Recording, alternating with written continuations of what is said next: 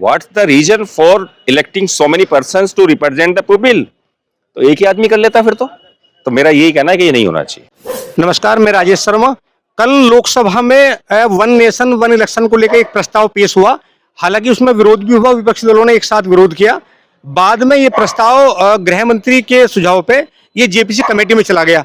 तो हम लोग बात करेंगे, अब यहाँ कचहरी में हैं और यहाँ बहुत वरिष्ठ लॉयर हैं, ये कानून के सब लोग ज्ञाता हैं और यही बताएंगे कि कल विरोध क्यों हुआ।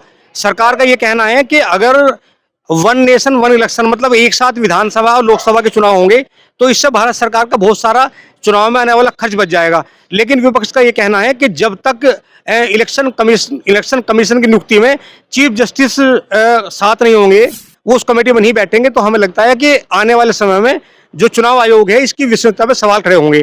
तो हम लोग बात करेंगे कि वन नेशन वन इलेक्शन का इतना विरोध क्यों है। सर नमस्कार, आपका शुभ नाम? सर राजकुमार गुजर, एडवोकेट। सर, कल जो लोकसभा में प्रस्ताव पेश हुआ वन नेशन वन इलेक्शन का, इसको लेके जो विरोध हुआ उसके पीछे क्या वजह है? विरोध का सबसे बड़ा कारण तो जो देखने में आया वैसे भी है कि भारत स्टेट को मिलकर एक संघ का रूप है और यदि एक ही व्यक्ति के हाथ में सारी पावर्स आती है तो एक तरह से संघवाद पे हमला है। जो भारत का निर्माण है उसी के ऊपर खतरा है इस बात को लेकर। दूसरा, पिछले दिनों से इलेक्शन कमीशन पर संदेह की उंगलियां बराबर उठ रही हैं कि उनके द्वारा जो चुनाव कंडक्ट होते हैं वो स्वयं एक निर्णय नहीं ले पाते, सरकार की मर्जी के हिसाब से सारे काम करते हैं। तो ऐसे में सारी पावर्स यदि इलेक्शन कमीशन के पास जाएंगी तो उससे इलेक्शन कमीशन जो प्रभावित होता केंद्र सरकार से, तो पूरी तरह से मोनोपोली अख्तियार हो जाएगी और जो भारतीय संविधान में जो हमारे अधिकार स्टेट्स के दिए गए वो सारे प्रभावित होंगे। इस दूसरा कारण ये था।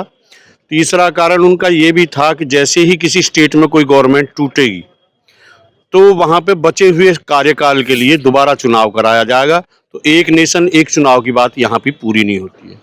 चौथी बात है, आप जो निकाय के चुनाव हैं इनके साथ नहीं कराएंगे, ऐसा उन्होंने जो प्रावधान किया है वो 2 महीने बाद दोबारा उसके चुनाव कराएंगे उसके बाद। तो एक नेशन एक चुनाव की बात नहीं है। इसके पीछे केवल यह है कि केंद्र सरकार पूरा चुनाव आयोग के माध्यम से पूरे देश की राजनीति पर कब्जा करना चाहती है, इसलिए सब लोग विरोध में हैं इसके, जो चीज़ को समझ रहे हैं। दूसरा, आपने परिचर्चा नहीं कराई, पब्लिक डोमेन में आपने कोई बात नहीं छोड़ी। आपने जो बुद्धिजीवी तबका है, कोई प्रोफेसर्स, डॉक्टर्स, एडवोकेट, उनके बीच में कहीं कोई राय नहीं ली। आपने एक कमेटी बनाई और उस कमेटी ने भी केवल 7 देश, जो छोटे छोटे देश हैं जिनकी पूरी आबादी हिमाचल प्रदेश के बराबर भी नहीं है, उन देशों के इलेक्शन को आधार बनाकर एक नेशन एक देश की बात, चुनाव की बात की है। तो मेरा मानना यह है कि भारत में एक देश एक चुनाव था। जब परेशानियां आई 1967 के बाद 60 में समझ लीजिए, तब तक सारे चुनाव साथ होते थे। परेशानियां आई और उसी के बदले में सारे चुनाव, जब भी कोई समस्याएं आती हैं वहाँ पर चुनाव होते हैं। एक दिन में एक चुनाव तो आपको पूरे देश का होता नहीं। आप बंगाल में 7 फेज पर चुनाव कराते हैं, छोटा सा स्टेट है। पूरा देश आप 9 फेज में चुनाव कराते हैं। जहाँ बड़ा स्टेट अपनी मर्जी के हिसाब से चुनाव कराते। झारखंड में भी आपने चुनाव कराया, वहाँ 3 फेज में चुनाव कराते। तो मेरा मतलब यार, कितनी फोर्स एक्स्ट्रा चाहिए, कितनी मशीनें और खरीदनी पड़ेंगी, उस मशीनों की जो कीमत आएगी वो इन सारे चुनावों से ज्यादा आएगी जिसे सरकार छुपा रही है, बता नहीं रही। तो सर 1952 जब देश आजाद हुआ तो 1952 से 1962 तक यही था वन नेशन वन इलेक्शन, तब तो इतना विरोध नहीं था, आज विरोध क्यों है? देखिए, विरोध का बहुत सारे कारण हैं। पहला कारण आपने देखा होगा, कल हिंदुस्तान की सरकार ने किस चतुराई के साथ में इसको वो किया है, चर्चा हो रही थी, इस विषय को लाए हैं। और माननीय गृह मंत्री जी ने कल एक बात और कही है बड़ी चालाकी से कि प्रधानमंत्री ने तो कैबिनेट की बैठक में ही इसका ये किया था कि हम तो इसको जेपीसी उसके पास भेजना चाहते हैं, तो फिर क्यों लाए इसको? और लास्ट में गृह मंत्री ने फिर यही कहा कि हम तो इसको वहां पे जब भेजना चाहते हैं कमेटी के सामने। तो क्योंकि आप जो मेन आज का विषय था उस पर चर्चा नहीं कर रहे हैं, आपने पार्लियामेंट का 1 दिन का समय उस चर्चा के लिए खोया है, ये कारण। दूसरा, हिंदुस्तान का जो स्ट्रक्चर है, जो पॉलिटिकल स्ट्रक्चर विधानसभाओं का, लोकसभा का, वो संघीय, यहाँ पे एक संघीय ढांचा है और संघीय ढांचे के आधार पर विधानसभाओं के इनके अपने अपने सरकार चुनने का सबको राइट है। वर्तमान सरकार जो है इस देश को जो है एक सूत्र, एक नेता के पीछे पीछे करना चाहती है। यानी कि जो जिस तरह से कुछ देशों में जो है प्रेसिडेंट का चुनाव होता है, उसी प्रकार से ये वर्तमान सरकार इस हिंदुस्तान की राजनीति को करना चाहती है। ये बात हुई कि संघीय जो ढांचा है उसको बहुत बड़ा खतरा होने जा रहा है इस तरह का करने के लिए। जहां तक आपने वो कहा है, उस समय जो परिस्थिति थी, आज वो परिस्थिति नहीं है। वर्तमान सरकार के जो घटक दल हैं वे इसका विरोध कर रहे हैं। वर्तमान सरकार के जो घटक दल हैं, ये भी आया था कि उसमें उसका क्या ये नितिन, ये जो कर्नाटक वाले हैं, ये इसका वो नहीं करेंगे, कर्नाटक नहीं करेगा, आंध्र प्रदेश नहीं करेगा और दूसरे जो राज्य है वो नहीं करेंगे, तो ये कोई चलने वाला नहीं है। क्यों भेजा है फिर? ये जब उनका बहुमत था वहां पे करने के लिए, तो क्यों भेजा उस कमेटी को?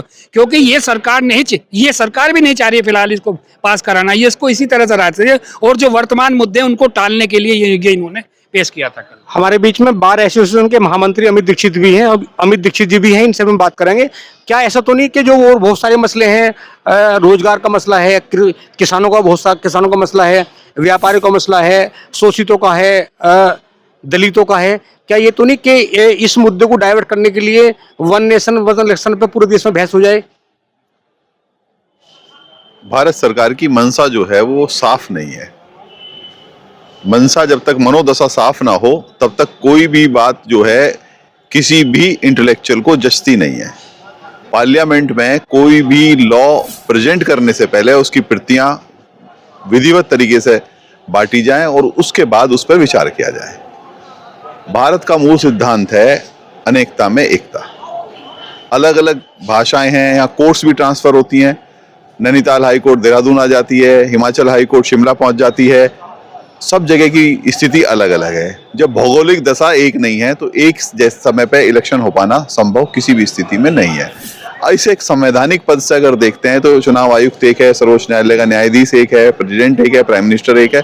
इलेक्शन डिफरेंट टाइम पे डिफरेंट सिचुएशंस पे अलग अलग होंगे और होते रहेंगे। जैसे ही परिस्थितियां बदलेंगी इलेक्शन की स्थिति बदलेगी। लेकिन जो भारत सरकार की मंशा है वो कुछ और करने की है, जिस मंशा को विधिक, राजनीतिज्ञ, पत्रकार, जो इंटेलेक्चुअल पत्रकार हैं वो सब समझ रहे हैं। और इनकी जो मंशा है उस मंशा का विरोध पार्लियामेंट में अपोजिशन ने किया है और हम अपोजिशन के इस निर्णय का सम्मान करते हैं और उसका समर्थन करते हैं। और हमेशा गलत चीज का विरोध होना चाहिए। जो पार्लियामेंट में नेता विपक्ष ने और सभी सांसदों ने जो इसका विरोध किया है उसका भारत की जनता तहे दिल से स्वीकार कर रही है और सम्मान कर रही है। भारत सरकार की जो मंशा है, और लास्ट में जब वो पास नहीं करा पाए उन्होंने आयोग का गठन कर दिया। वो आयोग का गठन भी असंवैधानिक तरीके से किया गया है, असंवैधानिक तरीके से किया गया है, क्योंकि तुरंत गृह मंत्री ने नई चाल चल दी। तो मेरा तो ये कहना है कि इनकी जो प्लानिंग है वो बहुत सारी चीजों को दबा के एक नया मुद्दा देश में प्रस्तुत करके कार्यों को दबाने की है। चुनाव आयोग का इतना विरोध क्यों है? चुनाव आयोग जो है वो सरकार के एम्प्लॉय के तौर पर काम कर रहा है। टीएन सेशन के बाद से आज तक भारत में कोई भी चुनाव आयोग अपनी छवि को नियंत्रित नहीं रख पाया, साफ नहीं रख पाया। टीएन सेशन थे तो चुनाव आयोग ने बहुत मजबूत और एक कर्मठ व्यक्तित्व नजर आता था। उसके बाद से जितने भी चुनाव आयुक्त नियुक्त हुए हैं वो सब सरकार के नुमाइंदे हैं और सरकार की इच्छा अनुरूप काम करते रहे हैं। तब बल्ब जला था, तो ये तो करके देखा जाएगा। अभी परिस्थितियां बदल गई है, बहुत सारे मुद्दे हमेशा खड़े रहेंगे यहाँ देश में, वो कभी खत्म नहीं होंगे। कभी कोई मुद्दा आएगा, कभी कोई आएगा, तो चलता रहेगा। तो मेरे जो है कि बेसिक जो टीचर्स हैं वो हमेशा चुनाव में लगे रहते हैं और भावनाएं बदलती रहती हैं। आज इस स्टेट का चुनाव है, कल उस स्टेट का, परसों उस स्टेट का, भावनाएं बदलती रहती है। हम लोग स्टेबल हो नहीं पा रहे हैं, देख नहीं पा रहे हैं। 5 साल में एक बार भावनाएं बदलेंगी, वोट डल जाएगा, काम चलेगा, आगे खत्म होगा, लगे रहेंगे सब। तो मेरा कहना है कि ठीक है। तो अभी हम लोग बात कर लेते हैं, वहां भी हमारे कोई अधिवक्ता साथी बैठे हुए हैं। अच्छा, तो आप तो नौजवान है, क्या नाम है आपका? मेरा नाम है उमेश पुनिया। तो पुनिया साहब, आपको क्या लग रहा है कि अभी आपने कहा कि वन नेशन वन इलेक्शन देश के लिए बहुत लाभदायक होगा? नहीं, ये लाभदायक नहीं होगा, क्योंकि सरकार का उद्देश्य ये है, जो अब फिलहाल वर्तमान सरकार है, कि लंबे समय तक हम देश पर राज करें। आज ये एक इलेक्शन की बात लेकर के आए, कल कहते कि इलेक्शन नहीं होगा, कि जैसे पहले जमाने में राजा महाराजा एक ही राज करते थे, उस तरह से इनका उद्देश्य है। कि आप कुछ कहना चाहोगे? तो एक बार वहाँ बात कर लेते हैं, वहाँ कोई अधिवक्ता बैठे हुए हैं, एक बार बात कर लेते हैं। आ जाओ, एक बार बात कर लेते हैं सब लोगों से। जी, कल हम लोग साथी बैठे हुए, इनसे बातचीत करेंगे। वरिष्ठ अधिवक्ता है तमाम लोग। कल लोकसभा में जो एक बिल पेश हुआ वन नेशन वन इलेक्शन को लेके, इसका आखिर विरोध क्यों है इतना? क्या अगर ये प्रस्ताव पास हो जाता है तो क्या भारत को नुकसान होगा या फायदा होगा? आपका शुभ नाम? मेरा विनय कुमार। जी विनय जी। बिल्कुल फायदा होगा, क्योंकि जो बार बार ये प्रक्रिया हमारे देश में जो है 500 हर साल दर साल जो है ये चुनाव चलते रहते हैं, इस पर रोक लगेगी? मतलब पूरे साल भर जो है ये देश चुनाव में ही घुसा रहता है और देश की तरक्की और वगैरह सब पे रोक रहती है। तो ये जो है वन नेशन वन इलेक्शन होना चाहिए। अच्छा सचिन जी, चुनाव आयोग पे इतना निशाना क्यों है विपक्षी दलों का? चुनाव आयोग पर तो विपक्षी तो निशाना कसेंगे ही, क्योंकि विपक्षी नहीं चाहते कि उनके ये एक देश में एक चुनाव की ये प्रक्रिया लागू हो। अच्छा, क्योंकि जो विपक्षी हैं वो हमेशा बीजेपी का विरोध करते हैं और बीजेपी का ही विरोध करते रहेंगे, चाहे वो अच्छाई के पक्ष में हो चाहे बुराई के पक्ष में हो।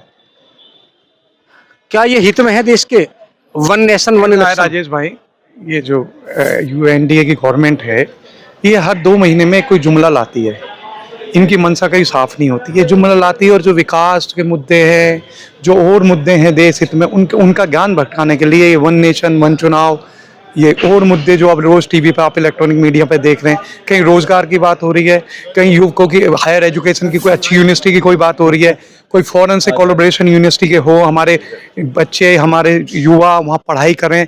आप देखिए 20 लाख बिलियन डॉलर हर साल हमारी एजुकेशन का बाहर फॉरेन करेंसी पे जाता है। 20 मिलियन डॉलर हमारे बच्चे बाहर फॉरेन पढ़ने जाते हैं, हमारी करेंसी 20 मिलियन डॉलर विदेश जाती है। तो उस पर कोई ध्यान नहीं, तो जुमले हैं, जुमलों पे सरकार चल रही है, चलती रहेंगे, देश चल रहा है, बहकावे में आ रहा है। कल कुछ विपक्षी, एक मिनट अब भी आओ, देखो आप भी सीनियर एडवोकेट हैं, जो वन नेशन वन इलेक्शन वाला जो प्रोग्राम है, कल लोकसभा में ये बिल पेश भी हुआ, हालांकि वो बाद में जेपीसी में चला गया। तो सरकार का ये कहना है कि अगर ये प्रस्ताव पास होता है तो फिर एक साथ विधानसभा लोकसभा के चुनाव होंगे और बहुत खर्च सरकार का बचेगा। बहुत सारे ऐसे खर्चे हैं जिन पे जो है सरकार अगर अंकुश लगाए तो सरकार अपने खर्चों को खुद ही बचा सकती है। किसी मंत्री अपने मंत्रालय के बाहर जब निकलता है तो गाड़ियों के लाखों लोगों के काफिले लेके चलता है, अकेला चला जाए कौन उसको कुछ कह रहा है? उन पे जो है रोक लगा गए, वहां से खर्चा बचा ले। सरकारी स्कूलों में इतने सारे मास्टर उन्होंने कर रखे हैं, बच्चे कम जा रहे हैं, उस पर ध्यान दे लें। इतनी सारी सरकारी संस्थाओं में जैसे एक मेडिकल फैसिलिटी है, मेडिकल फैसिलिटी में गवर्नमेंट करोड़ों रुपए खर्च लगा रही है, लेकिन सुविधाओं के नाम पे वहां पे क्या है? जीरो। प्रस्ताव पहली बात तो पास ही नहीं हो सकता, क्योंकि संभव ही नहीं है। हमारा संघीय ढांचा है और हर प्रदेश के अपने अपने तरीके हैं। हर तरह जो अभी भौगोलिक बात की है, भौगोलिक स्थितियां अलग हैं, सबके सामाजिक स्थिति अलग है और रोजाना हर परिप्रेक्ष्य बदलता है। कहीं पर सरकार बीच में मध्यावधि चुनाव का भी स्थिति बनती है, और दूसरा जो आज सरकार की अपनी नियति इतनी खराब है, अभी 4 स्टेट में इलेक्शन होने थे, ये तो 1 महीने के अंतराल पे कराए अपने फायदे के लिए। तो ये वन नेशन वन इलेक्शन की बात कैसे कर सकते हैं जब इन्हीं की मंशा में गलती है? हरियाणा था, हरियाणा के 1-1.5 महीने बाद इन्होंने महाराष्ट्र और झारखंड के कराए, जबकि एक साथ हो सकते थे। तो ये एक ड्रामा है, एक इस तरीके का, ये लोगों को गुमराह करना है, मुद्दों से हटाना है। जो देश के अंदर बेरोजगारी का मुद्दा है, बहुत सारे मुद्दे हैं, जिन बातों को इन्होंने हटाने के लिए ये सब वन नेशन वन उसके ऊपर ये परिचर्चा करके जो मेन मुद्दों से देश में जो चल हैं अभी इस वक्त ज्वलंत मुद्दे हैं उनसे हटाना चाहते हैं, यही इनका है। बाकी इससे ये होना संभव भी नहीं है और ये हमारी संघीय ढांचा के बिल्कुल विरुद्ध है, विपरीत है, और विपक्ष का हम समर्थन करते हैं यदि उन्होंने इसका विरोध किया है। तो इतना विरोध क्यों हो रहा है? वन नेशन वन इलेक्शन का जो प्रस्ताव पेश किया गया, उसका इतना विरोध क्यों कर रहा है विपक्षी? देखिए सर, इसमें जो है विरोध करने वाली तो कोई बात नहीं है, क्योंकि हमारा जो देश है यहाँ पर वन नेशन वन इलेक्शन वाली जो पॉलिसी है वो प्रैक्टिकली भी संभव नहीं है। जो एक कमेटी का गठन किया गया था केंद्र सरकार द्वारा, जिसमें पूर्व राष्ट्रपति महामहिम जो हैं वो राम कोविंद जी भी थे, तो उनके मुझे वो जानकारी उसमें हुई, जो उस कमेटी की रिपोर्ट थी, उन्होंने उन देशों का उदाहरण दिया कि जिनका जो क्षेत्रफल है वो हमारे कुछ स्टेट में से तो कुछ देश बन जाएंगे और कुछ देश मिलके एक स्टेट बन जाएगा। तो उन्होंने उन देशों के बारे में अध्ययन किया जहां एक क्षेत्रफल छोटा है, वहां पर जो है जो सरकारी मशीनरी है वो एक साथ बहुत सारी चीज़ों को डिप्लॉयड कर सकती है। लेकिन हमारे तो कंट्री की सिचुएशन ऐसी है कि यहाँ के क्षेत्रफल के अकॉर्डिंग या वो पहली बात तो वो पॉसिबल नहीं है, और बाकी स्थिति ये है कि जो आज वर्तमान की जो सरकार है वो कायदे में बिल्कुल अनडेमोक्रेटिक तरीके से काम कर रही है। वो चाहते हैं कि एक ऐसी वन नेशन वन इलेक्शन की तरीके से एक जैसे कि भाई मेजोरिटी में बहुत सारी जगह होती है कि भाई मेजोरिटी में एक बीजेपी की सरकार है, कांग्रेस की सरकार है, तो एक वेव पैदा हो जाती है, पब्लिक में वेव पैदा हो जाती है कि भाई यही है पूरे मैटर को लेकर के। तो उसी तरीके से जो है इन्होंने सोचा कि वन नेशन वन इलेक्शन वाला जो है आप एक इशू ले आइए, उसमें लगेगा कि भाई लोगों को कि अब भाई पैसा बच रहा है देश का, ये हो रहा है, लेकिन जो बेसिक मुद्दे हैं करंट की जो सिचुएशंस हैं उनको हटाने के लिए ही ये लोग ये सब चीज़ लाते हैं, क्योंकि किसी चीज़ की चर्चा तो पब्लिक डोमेन में करते नहीं है। वो इसी तरीके से जैसे कि पूर्व में कृषि बिल ले आए थे, और जबकि वो बहुत भाई हमारे संविधान में दिया हुआ है कि वो स्टेट की लाइबिलिटी में आती है, वो स्टेट की सूची में है, कृषि का सुधार, कृषि का डेवलपमेंट, एमएसपी, बहुत सारी चीजें। तो इसी तरीके से जो है ना पूरे फेडरल सिस्टम को डिस्ट्रॉय कर देगा ये वन नेशन वन इलेक्शन वाला जो पॉलिसी है इनकी। क्या लगता है सर आपको ये अगर ये प्रस्ताव पास होता है तो कोई नुकसान होगा क्या आने वाले समय में देश को? जो मेरा जो अपना व्यक्तिगत विश्लेषण है, मेरा विश्लेषण ये है कि इससे हमारे कंट्री को नुकसान नहीं होगा, हमारे कंट्री को इससे फायदा होगा। बाकी पक्ष और विपक्ष में तो आपने विश्लेषण सुन ही लिए, बाकी संसद में तय हो जाएगा कि ये बिल पास होगा, होना चाहिए, नहीं होना चाहिए। इसका जो सबसे बेसिक जो मेरे को समझ में आ रही चीज, क्योंकि जो इलेक्शन होते हैं, जो पोलिंग बूथ बनते हैं, वहां पर सबसे ज्यादा प्राइमरी टीचर्स की ड्यूटी लगती है सर, और वो मैं समझता हूँ कि साल के 365 दिन में से कम 3-4 महीने तो वो टीचर्स जो हमारे ड्यूटी में एंगेज रहते हैं। तो सबसे बेसिक प्रॉब्लम ये आती है कि जो हमारी जो प्राइमरी शिक्षा है वो ही इससे प्रभावित हो रही है। जब प्राइमरी शिक्षा बिगड़ जाएगी तो ऊपर की शिक्षा का तो खैर वो जैसे भी होगा वो चलेगी, कंप्लीट तो होती है। तो मेरा मानना ये है कि वन नेशन वन इलेक्शन का जो फार्मूला जो लेके आए हैं और रहा, ये सफल हो पाएगा नहीं होगा ये तो करके देखना पड़ेगा। कॉलेज में एक छोटा सा फायर आर्म अलार्म नहीं लगा था, नवजात शिशु 10 बच्चे तो जल के राख हो गए। हम किसके लिए कमा रहे हैं? इंसान के लोग कमा रहे हैं। सरकार किसके लिए? लोगों की सुविधाओं के लिए। वन नेशन पे ही पैसे बचाओगे बस? अरे जुडिशियल सिस्टम है, गवर्नमेंट का कार्यपालिका है, न्यायपालिका है, विधायिका है। विधायिका वहीं बैठ के जो ना वही एसी में बैठ के उसी में जो है ना पैसे बचा लेती है। क्या जरूरत थी नया वो बनाने की? सरकार पैसे बचाना चाहती है। मोदी जी ने नया वो बनाया संसद, योगी जी ने नई संसद बना दी। पुराने में कोई पानी टपक रहा था क्या? नए में पानी टपक गया। पैसे बचाने हैं तो पैसे बचाने के लिए उसके और बहुत सारे तरीके हैं। देश को चलाने के लिए देश चल रहा है, देश चलता हुआ आ रहा है, तरक्की कर रहा है। मोदी जी से पहले भी तरक्की कर रहा था, मोदी जी के बाद में भी देश तरक्की करता रहेगा। वन नेशन वन इलेक्शन का सबसे बड़ा नुकसान ये है कि देश में जिस दिन ये इलेक्शन होंगे उस दिन कोई भी प्रधानमंत्री नहीं होगा, ना मुख्यमंत्री होगा, पूरे देश में कार्यवाहक लोग होंगे। अरे कम से कम चल तो रहा है, पैरेलल सिस्टम है, संघीय, हमारे यहाँ संघीय सिस्टम है, एक सिस्टम नहीं है, डिक्टेटरशिप नहीं है। तो मैं तो यही कहना चाहूंगा, ये देश के लिए हानिकारक होगा। अगर जैसे संघीय सिस्टम बन रहा है, गांव में प्रधान भी है, प्रमुख भी है, उसी क्षेत्र में विधायक भी है, उसी क्षेत्र में एमएलसी भी है, उसी क्षेत्र में मेयर भी है, उसी क्षेत्र में सांसद भी है। क्या जरूरत है इन सब की? एक ही को हाथ में दे दो फिर तो। What's the reason for electing so many persons to represent the people? तो एक ही आदमी कर लेता फिर तो मेरा यही कहना है कि ये नहीं होना चाहिए। कल हम लोग देख रहे थे संसद में, विपक्ष इतना इनसिक्योर क्यों है कि अगर ये प्रस्ताव पास होता है तो चुनाव आयोग फिर मनमर्जी चलेगी? कोई इनसिक्योर नहीं है। अब आप देखिए, वन नेशन की बात कर रहे हैं, 2 विधानसभा का चुनाव आप एक साथ नहीं करा सकते, तो वन नेशन का आप कैसे मैनेज करोगे? ये तो लोकतंत्र को खत्म करने वाली बात है। ये भाजपा मनमानी कर रही है। जो जमीन से जुड़े मुद्दे हैं उन पर बात करते नहीं है। आप बेरोजगार की बात करते नहीं हो, आप किसानों की बात करते नहीं हो। वन नेशन किसी ना किसी चीज में उलझा के रखना चाहते हैं और कोई बड़ी बात। तो अभी हम लोग यहाँ, ये कचहरी परिसर है मेरठ में, हम लोग जो कानून के ज्ञाता हैं, वरिष्ठ अधिवक्ता हैं, जूनियर अधिवक्ता हैं, उन सबसे बात की। वन नेशन वन इलेक्शन का जो प्रस्ताव है, इसके अगर ये पास होता है लोकसभा के दोनों सदनों से, तो आने वाले समय में इसका क्या नुकसान होगा, क्या फायदा होगा? तो तमाम लोगों ने बात कही। कुछ लोगों ने ये भी कहा कि अगर इस तरह का प्रस्ताव पास होगा तो चुनाव आयोग फिर पारदर्शी तरीके से चुनाव नहीं कराएगा। कुछ लोगों ने कहा कि अगर ऐसा होगा तो देश की जो एक बड़ा मोटा पैसा खर्च होता है चुनाव में, वो बच जाएगा। तो आप लगातार देखते रहिए 7 न्यूज़। नमस्कार, हम आपको लगातार अपडेट देंगे।